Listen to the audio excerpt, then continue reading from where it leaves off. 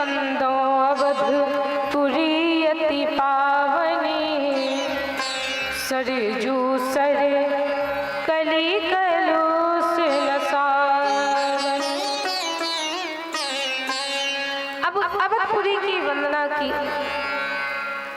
और अवधपुरी की विशेष वंदना बाबा तुलसीदास जी महाराज करते हैं, क्योंकि अवधपुरी में ही श्री राम जी का प्रादुर्भाव हुआ है।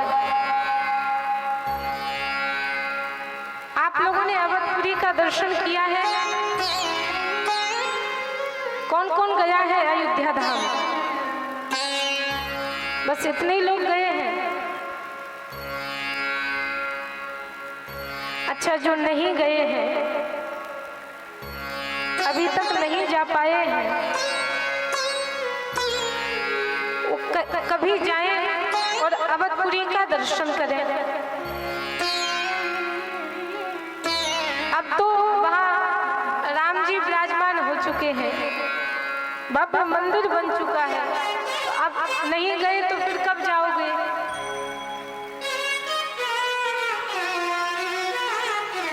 लोग सोचते हैं कि महाराज बुढ़ापे में चले जाएंगे, सोचते हैं कि नहीं, बुढ़ापे में 4 धाम की यात्रा करेंगे।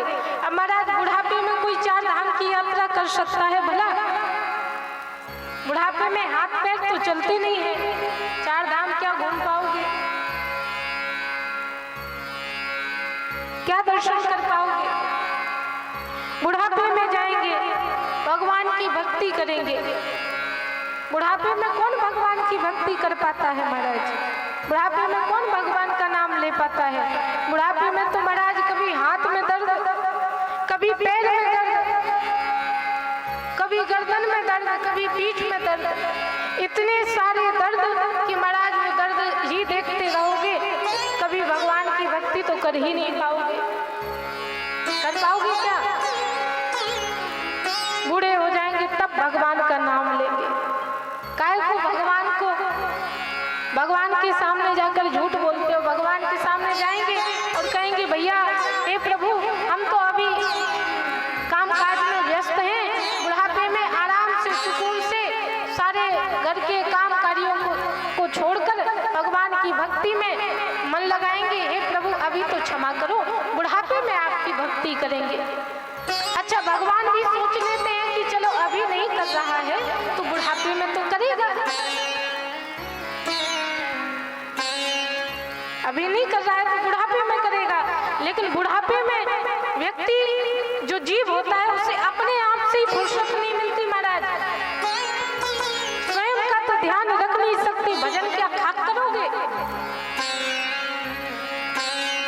घर में रोटी की व्यवस्था तो बन नहीं पाती महाराज। जब बुढ़ापा आ जाता है तो घर के जो लोग होते हैं वो भोजन तक नहीं देते महाराज, तो उसी में चिंता में जीवन लगा रहता है। बुढ़ापे में तो और अत्यधिक चिंताएं बढ़ जाती हैं। इसलिए भजन तो इसी समय, जब भी जीवन में समय मिले तब कर लेना चाहिए। अच्छा, एक बात बताओ, आप कह तो देते हो कि बुढ़ापे में भजन करेंगे, आपने सोच भी लिया कि बुढ़ापे में भगवान का नाम लेंगे, लेकिन इस बात की क्या गारंटी है कि आपका बुढ़ापा आएगा? क्या कोई गारंटी ले सकता है कि उसका बुढ़ापा आएगा? यहाँ इतने सारे लोग बैठे हैं, माताओं आप बताओ, इतने लोगों में से कोई एक व्यक्ति गारंटी ले सकता है कि वो अगले पल उसके जीवन में क्या घटित होगा, उसकी कोई जिम्मेदारी ले सकता है क्या? ले सकते हैं? नहीं ले सकते ना। आप यहाँ बैठे हैं, भगवान की कथा को सुन रहे हैं, अगले पल आपके जीवन में क्या घटनाक्रम हो जाए ये किसी को पता? क्या घटना घट जाए किसी को पता नहीं है, किसी को मालूम नहीं है। अगले ही पल जीवित रहे न रहे, कौन सी दुर्घटना हमारे साथ में घट जाए।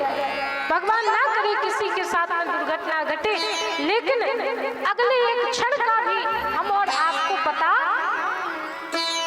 पर बात करते हैं कि बुढ़ापे में करेंगे। जब भी अच्छे काम करने की बारी आती है तो महाराज लोगों से कहो कि भाई अच्छे काम क्यों नहीं करते? अच्छे काम किया करो। तो आजकल के जो लोग हैं वो क्या उत्तर देते हैं, महाराज अच्छे काम करने से क्या फायदा है, भगवान की भक्ति किया करो। बोले भगवान की भक्ति तो कर लेंगे लेकिन उससे क्या फायदा, कथा में क्यों नहीं जाते, बोले कथा में चले जाएंगे लेकिन उससे फायदा क्या है। तो एक संत बड़ा सुंदर उत्तर देते हैं कि तुम कथा में फायदा ढूंढ रहे हो, भगवान की भक्ति में फायदा ढूंढ रहे हो, सोच रहे हो कि क्या लाभ है, क्या फायदा है, क्या लाभ मिल जाएगा, क्या फायदा प्राप्त हो जाएगा।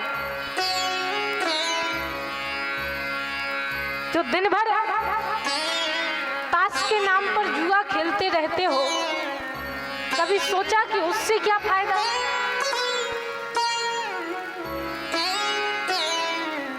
शाम को आकर शराब का, मदिरा का सेवन करते हो, कभी शराब बनाने वाले से पूछा कि भाई इसके फायदे भी बताओ,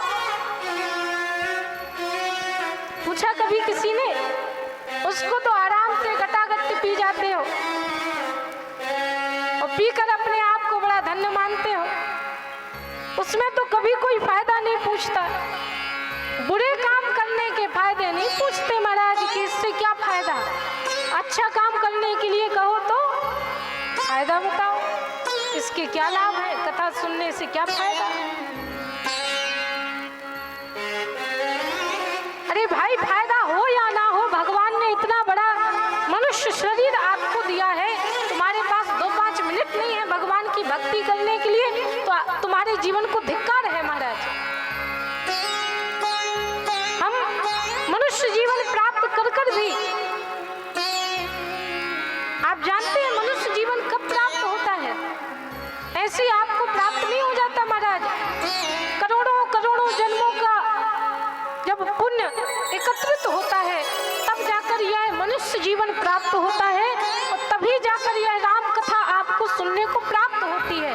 यूं ही यह कथा आपको सुनने को प्राप्त नहीं हो जाती महाराज, ये मनुष्य जीवन ऐसे ही नहीं मिल जाता। तो इसका सदुपयोग करो महाराज। आज कोई सांसारिक वस्तु आपको प्रदान करे तो आप उसका बड़ा धन्यवाद करते हो कि भाई आपका धन्यवाद, आपने मुझे वस्त्र दिए, आपने मुझे आभूषण दिए, आपने मुझे गिफ्ट दिए, उपहार दिए। लेकिन जिसने इतना बड़ा शरीर आपको प्रदान किया है, कभी उसका भी तो धन्यवाद करो कि हे प्रभु आपने मुझे ऐसा शरीर प्रदान किया है। नहीं तो देखो आप, कुछ लोग ऐसे होते हैं जो अपाहिज हैं, चल नहीं सकते, बोल नहीं सकते, सुन नहीं सकते, उनसे पूछो उनका जीवन कितनी कठिनाइयों से भरा है। आपके शरीर में कोई कमी नहीं है, तो भगवान की विशेष कृपा आपके ऊपर है कि आपको यह ऐसा सुंदर शरीर इसलिए दिया गया है कि आप भगवान की भक्ति करो। लेकिन हम कहते हैं हमें भगवान की भक्ति से लेना देना क्या है, हमें कोई लेना देना नहीं है, हम क्यों करें भगवान की भक्ति, हमें मिल क्या जाएगा भगवान की भक्ति करने से। हमें तो केवल अपने से मतलब है। हमारा अपने से मतलब है, इसलिए क्या करते हैं, बोले दिन भर काम करते हैं और शाम को आकर भोजन पाकर सो जाते हैं। क्या यही मनुष्य का जीवन होना चाहिए? क्या मनुष्य के जीवन जीने की शैली यही थी पहले? नहीं, मनुष्य का जीवन पशु की तरह हो गया है महाराज आजकल। पशु का जीवन जो होता है वो कैसा होता है, अपने रहने की और अपने भोजन की व्यवस्था तो एक जानवर भी कर लेता है महाराज, एक पशु भी कर लेता है। कर लेते हैं कि नहीं? भोजन कहीं ना कहीं से व्यवस्थित कर लेता है। अगर आप केवल अपनी जिम्मेदारियां और अपने जीवन को निर्वाह करने की ठान कर बैठे हो कि भाई हमारा तो बस यही काम है, तो आपके ऐसे जीवन को धिक्कार है। आपको मनुष्य जीवन दिया गया है संतों की सेवा करने के लिए, असहाय की सेवा करने के लिए, जो निर्धन है, जिनके पास कमी है, उनकी सेवा करने के लिए, भगवान की भक्ति करने के लिए। जो सेवा की सामर्थ्य रखते हैं उन्हें सेवा करनी चाहिए। और किनकी सेवा करनी चाहिए? बोले जिनके पास सेवा की कमी है उनकी सेवा करनी चाहिए।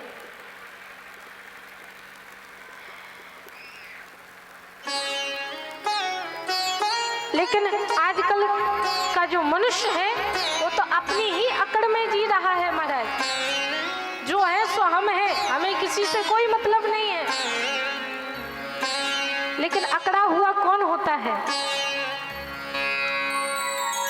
अकड़ किसकी पहचान है? मुर्दे की महाराज। अकड़ है मुर्दे की पहचान। इसलिए जो अकड़ के रहते हैं वो कैसे हैं? वो जो मुर्दे के समान है। इसलिए मुर्दे के समान रहना छोड़ दो, अकड़ना छोड़ दो और अपने जीवन को सरलता से भर लो महाराज।